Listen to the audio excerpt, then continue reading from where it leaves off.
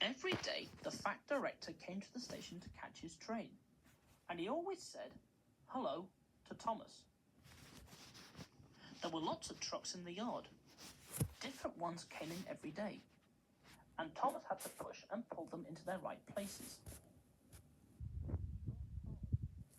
He knew now that he wasn't so clever as he had thought.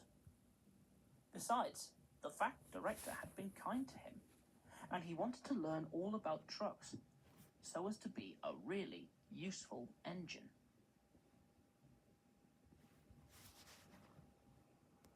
But on a siding by themselves were some trucks that Thomas was told he mustn't touch.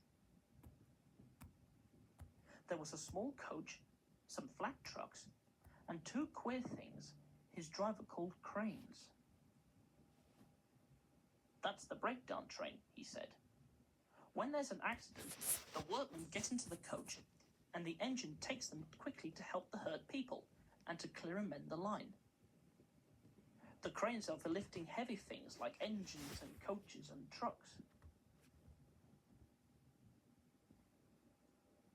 One day, Thomas was in the yard when he heard an engine whistling, "Help! Help!"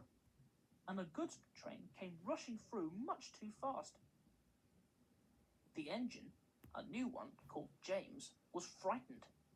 His brake blocks were on fire, and smoke and sparks streamed out on each side. "They're pushing me! They're pushing me!" he panted.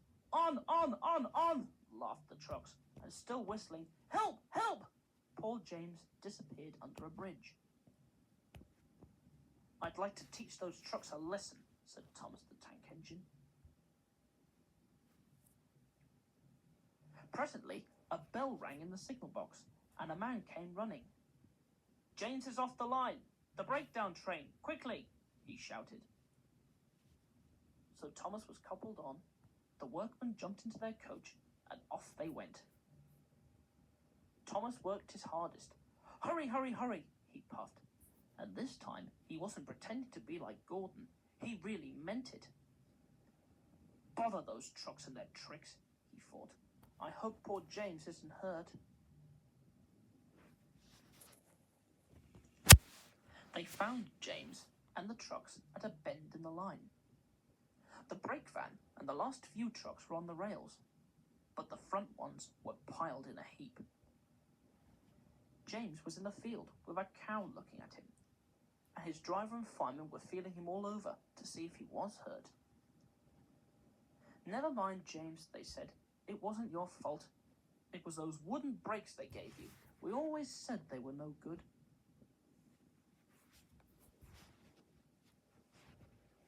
Thomas pushed the breakdown train alongside.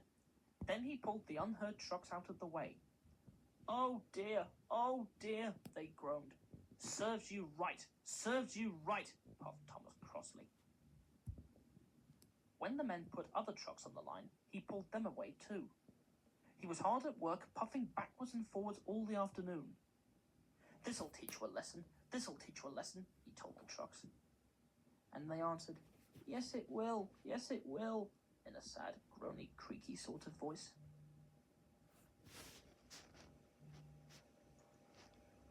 They left the broken trucks and mended the line. Then with two cranes, they put James back on the rails. He tried to move, but he couldn't, so Thomas helped him back to the shed. The fat director was waiting anxiously for them. "Well, Thomas," he said kindly, "I've heard all about it, and I'm very pleased with you.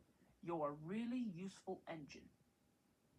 James shall have some proper brakes and a new coat of paint, and you shall have a branch line all to yourself." "Oh, sir," said Thomas happily.